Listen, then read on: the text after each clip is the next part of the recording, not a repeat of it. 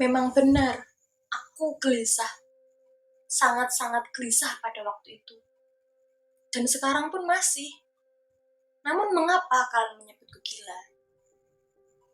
Rasa sakit menajamkan inderaku, bukan melemahkannya. Apalagi membuatnya tumpul. Dan dibanding yang lainnya, indera pendengaranku lah yang paling tajam.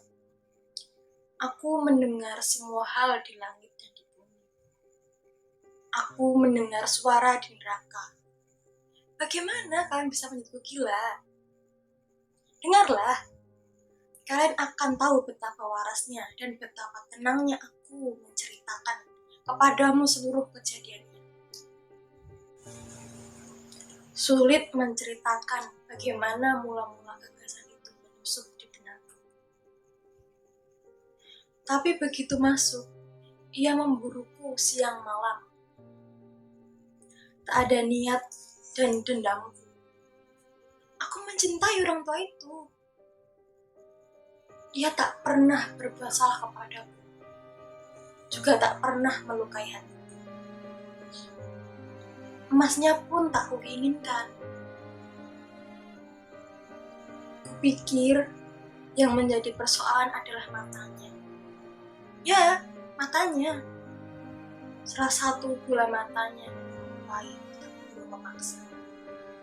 Biru dan berselaput. Setiap kali ia menatapku, darahku terasa beku. Dan sedikit demi sedikit, secara berangsur-angsur, aku membulatkan hatiku untuk membunuhnya, sehingga terbebas selamanya dari sergapan mata burung pemaksa itu. Disinilah pangkal soalnya. Kau menganggapku gila. Semua orang gila pasti tak tahu apa-apa. Namun, kau akan melihat bagaimana aku melakukannya. Kau akan melihat betapa cerdiknya aku menyelesaikan pekerjaan. Begitu rapi, terencana, dan kemudian berpura-pura tidak tahu apa-apa. Aku menjadi lebih manis kepada orang tua itu. Pada seminggu terakhir sebelum aku membunuhnya. Setiap malam, menjelang tengah malam, aku memutar gagang pintu kamarnya dan membuka. Begitu hati-hati. Setelah pintu kamar itu terkuak dan cukup bagiku untuk memasukkan kepala, aku masukkan lentera berkabut yang kurapatkan semua lempengan katupnya, sehingga tak ada sinar yang menembus keluar dari lentera itu. Lalu, aku sorongkan kepala ke dalam. Oh, kau pasti terkejut melihat betapa cerdiknya aku memasukkan kepala. Semua itu kulakukan dengan pelan, sangat-sangat pelan, sehingga tak mengganggu tidur orang tua itu. 1 jam penuh aku berusaha agar dapat dengan leluasa melihat orang tua itu berbaring di ranjangnya. Nah, bisakah orang gila melakukan pekerjaan sederhana itu?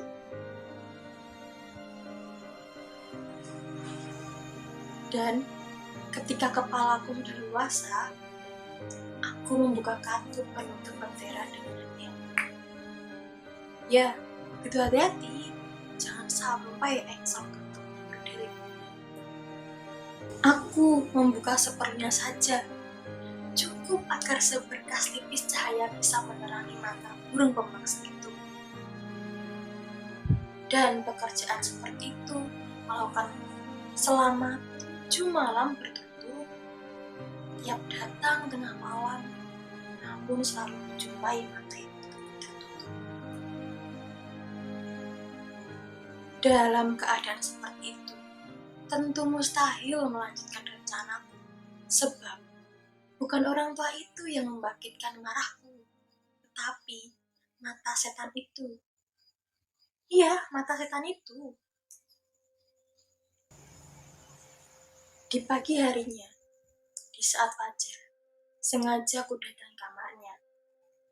Ku ajak ia bercakap-cakap. Ku sapa namanya dengan penuh semangat. Dan ku tanyakan, apakah tidurnya enak semalam? Dengan begitu, kau tahu, diperlukan kecerdasan tertentu pada siswa itu untuk menduga bahwa setiap malam, tepat pukul 12 malam, aku selalu mengamatinya ketika ia tidur. Pada malam ke-8, aku membuka pintu lebih hati-hati ketimbang malam-malam sebelumnya. Jarum menit jam dinding bahkan lebih cepat ketimbang gerakan tangan. Baru pada malam itu, aku merasakan begitu besarnya kekuatanku, begitu cerdiknya akalku. Hampir tidak bisa aku menahan luapan perasaan menanggung. Membayangkan diriku sendiri sedang mengeluarkan pintu sedikit demi sedikit. Dan orang tua itu bahkan tidak pernah berkhayal tentang apa yang kulakukan dan apa yang kupikirkan. Aku terkejut dengan lintasan pikiran itu. Dan mungkin ia mendengar suaraku.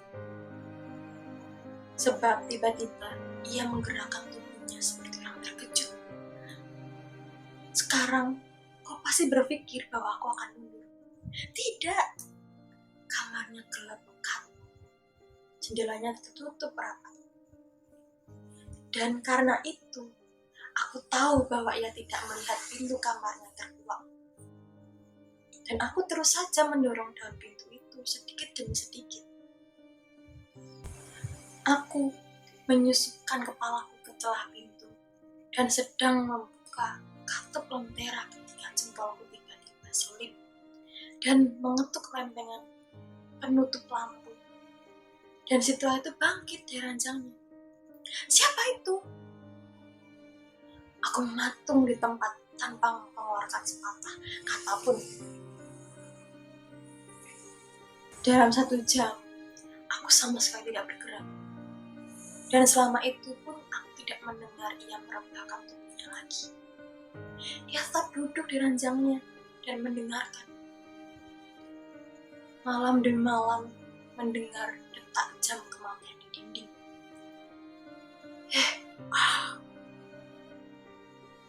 Tiba-tiba ku dengar erangan yang muncul karena teror kematian dari orang tua itu. Seperti suara lemah. Seperti suara lemah orang tercekik. Suara yang muncul dari dasar jiwa yang dibilang lihat. Aku kenal sekali dengan suara itu. Beberapa malam, tepat tengah malam, di saat dunia terlelap, suara itu bangkit dari dadaku, menusuk-nusuk dengan gaungnya yang mengerikan, sebuah teror yang menggelisahkan. Aku kenal betul suara itu. Aku tahu apa yang dirasakan orang tua itu, dan turut berduka atas kemalangannya. Meskipun dalam hati aku kecewa, aku tahu bahwa matanya tidak pernah lagi terpejam saat ia dikejutkan oleh suara yang membangunkannya. Rasa takut tubuhnya semakin besar. Ia mencoba menenangkan diri, tapi tak bisa. Kemudian ia meyakinkan dirinya sendiri. Tidak ada apapun. Hanya angin di cerobong asap. Hanya tikus yang merayap. Hanya jangkrik yang mengerik. Ya, ia mencoba menenangkan diri dengan dugaan-dugaan seperti itu. Tapi sia-sia.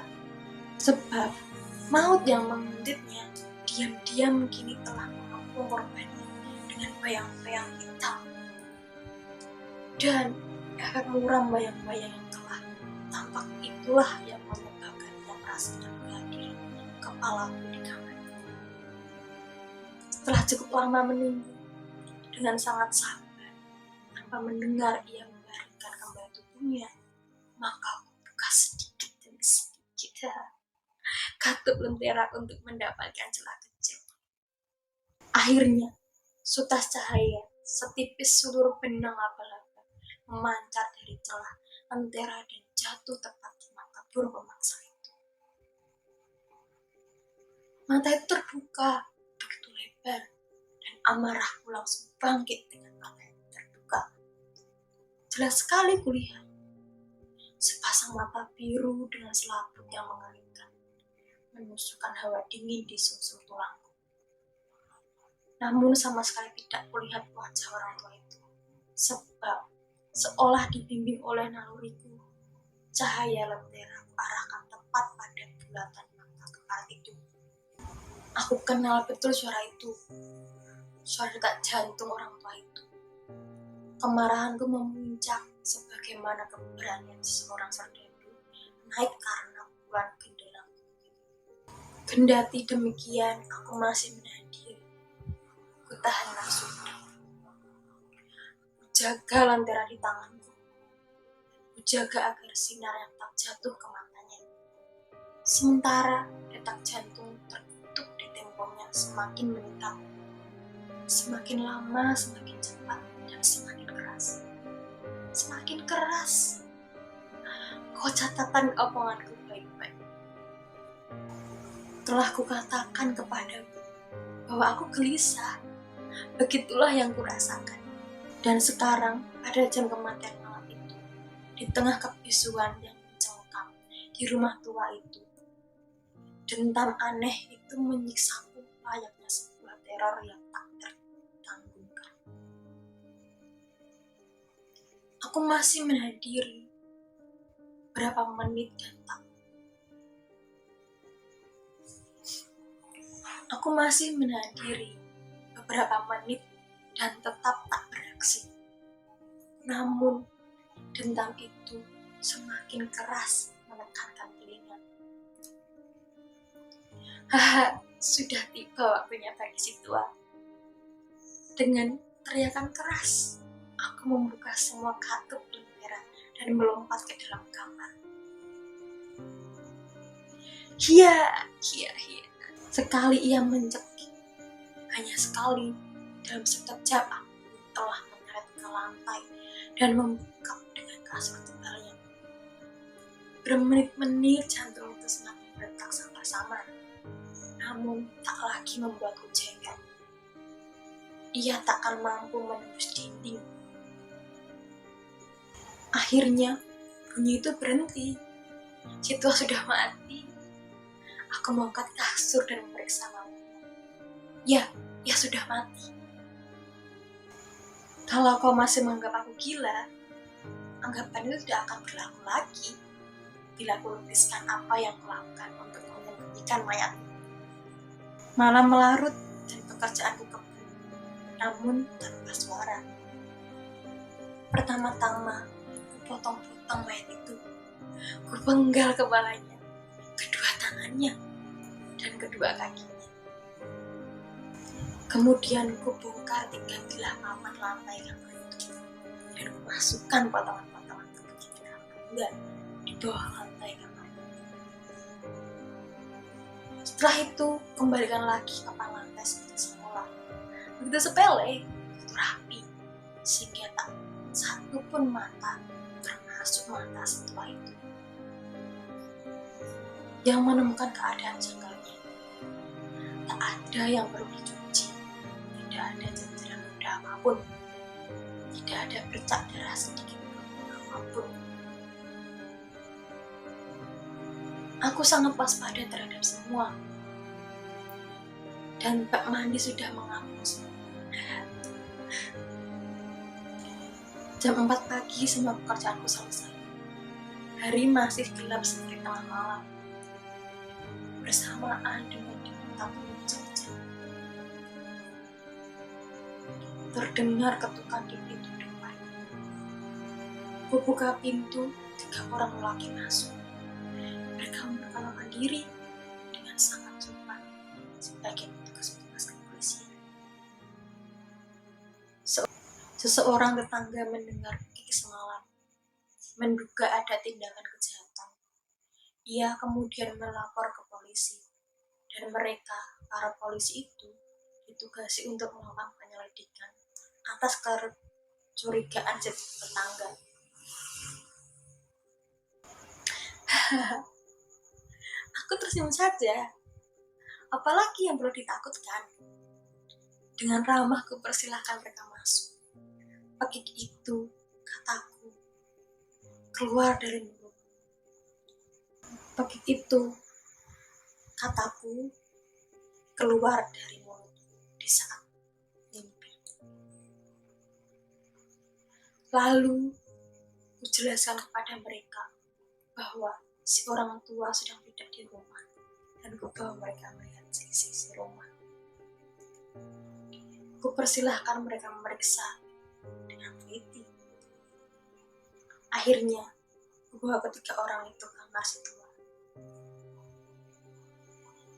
Kuperlihatkan kepada mereka barang-barang berharga miliknya. Semua akan aman. Tidak ada yang tercorok sedikit pun. Dengan kepercayaan diri dan lampu, aku menyusul bersih-bersih ke dalam kamar dan meminta mereka untuk melepas di kamar itu. Sementara aku sendiri dalam gelagat keberanian karena kemenangan yang sempurna. Letakkan kursiku tepat di atas tempat aku menyimpan mayat korban. Para petugas merasa puas. Perlakuanku meyakinkan mereka. Mereka duduk sementara aku menjawab pertanyaan-pertanyaan dengan keseharian yang ramah. Tapi sebentar, kemudian aku merasa perasaanku pucat dan berharap agar mereka segera pergi. Kepalaku pening dan aku merasa dering di telingaku. Namun mereka tetap duduk dan bercakap-cakap. Dering itu lama-lama menjadi jelas, terus-menerus dan semakin jelas. Aku mencoba berbicara lebih keras untuk mengusir perasaan itu. Namun dering itu terus saja semakin pasti. Sampai akhirnya aku tersadar bahwa dering itu bukan di telingaku. Perasku, aku yakin, makin memucat, namun bicaraku lebih fasih, lebih lantang. Tapi suara itu bangkit. Apa yang bisa aku lakukan? Mendengar suara lemah, samar-samar, berdetak dalam tempo cepat, seperti detak jam yang terbungkus kain. Nafasku tersengal, namun para petugas itu tidak mendengarnya. Bicaraku lebih cepat, lebih meyakinkan. Namun bunyi keparat itu semakin kuat. Aku bangkit dan mendebat segala pembicaraan. Dalam nada tinggi dan bergerak tubuh. Mengapa mereka tidak mau pergi? Aku mondar-mandir dengan langkah manja dan menggetak, seolah-olah mereka terganggu. Tapi bunyi keparat itu terus menguap. Ya Tuhan, apa yang bisa aku lakukan? Aku meradang, aku meracau, aku mengantuk. Ku angkat kursi yang kududuki dan ku hempaskan benda itu ke lantai. Namun kegaduhan itu bukan apa-apa. Suara itu semakin kencang. Para petugas tetap melanjutkan percakapan seperti tidak terjadi apa-apa. Bagaimana mungkin tidak mereka dengar? Demi Tuhan, tidak. Mereka juga mendengar. Mereka curiga. Mereka tahu. Mereka pasti sedang mencemoohkan dan menentangkanku. Cara lain, kurasa jauh lebih baik dari sisaan seperti ini. Cara lain apapun lebih bisa ditangguhkan daripada pelecehan seperti ini. Aku tidak kuat lagi melihat senyum pura-pura mereka. Aku merasa bahwa aku harus berteriak atau mampus. Dan sekarang bunyi itu lagi terdengar semakin kencang dan semakin kencang. Jahanam, tidak usah berberapa lagi. Aku yang melakukan semuanya, terbongkar saja. Kapan itu? Di sini. Disinilah detak jantung keparat itu.